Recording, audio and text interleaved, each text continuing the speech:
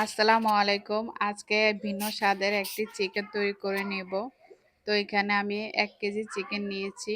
ভালো করে ধুয়ে পরিষ্কার করে নিয়েছি। এখন এখানে আমি লবণ এবং আ রসুন বাটা দিয়েছি ১ চামচ, আ আদা বাটা দিয়েছি ১ চামচ, তারপরে মরিচ বাটা ১ চামচ মরিচের গুঁড়া দিয়ে ভালো করে মিশিয়ে নেব। তারপর একটা লেবু দিয়ে দিব।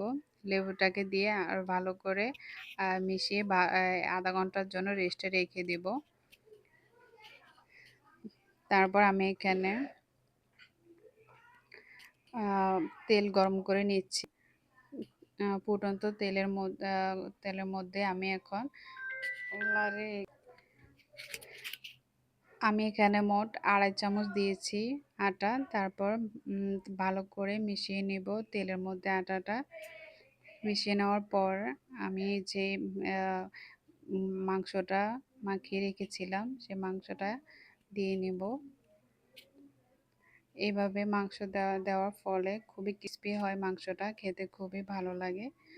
তো আমি এক পাশ হয়ে গিয়েছে, এখন উল্টে দিচ্ছি। এভাবে উল্টে পাল্টে আমি একটা কালার করে ভেজে নিয়েছি, এখন তুলে নেব।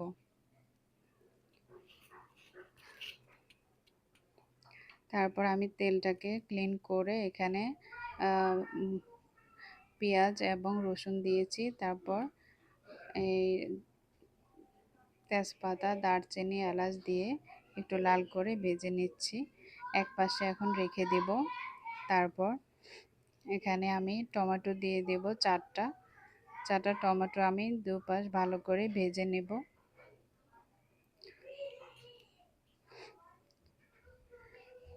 ভালো করে ভেজে নেওয়ার পর আমি এখানে কাঁটা চামচ দিয়ে উপরে স্কিনটা তুলে নিচ্ছি। আপনারা দেখতেই পাচ্ছেন আমি কিভাবে তুলে নিচ্ছি। না হয়ে গিয়েছে, এখন আমি ভালো করে ম্যাশ করে নিয়েছি টমেটোটাকে। তারপর আমি সবগুলো মশলা একসাথে করে এখন আমি দিয়ে দিব সয়া সস। তারপর দিয়ে দিয়েছি গোলমরিচের গুঁড়া। এখন আমি দিয়ে দেব ১ চামচ ভিনেগার। তারপর দিয়ে দিব ১ চামচ চিলি ফ্লেক্স। এই তো, তারপর আমি মাংসটাকে দিয়ে দিব, ভেজে রাখা মাংস। এখন আমি মশলার সাথে ভালো করে মিক্সড করে নেব। তারপর আমি এখানে দিয়ে দিব এক কাপের মতো পানি। তারপর আমি দিয়ে দিব সাদা তেল। সাদা তেলটা দিলে অবশ্যই দেখতে সুন্দর।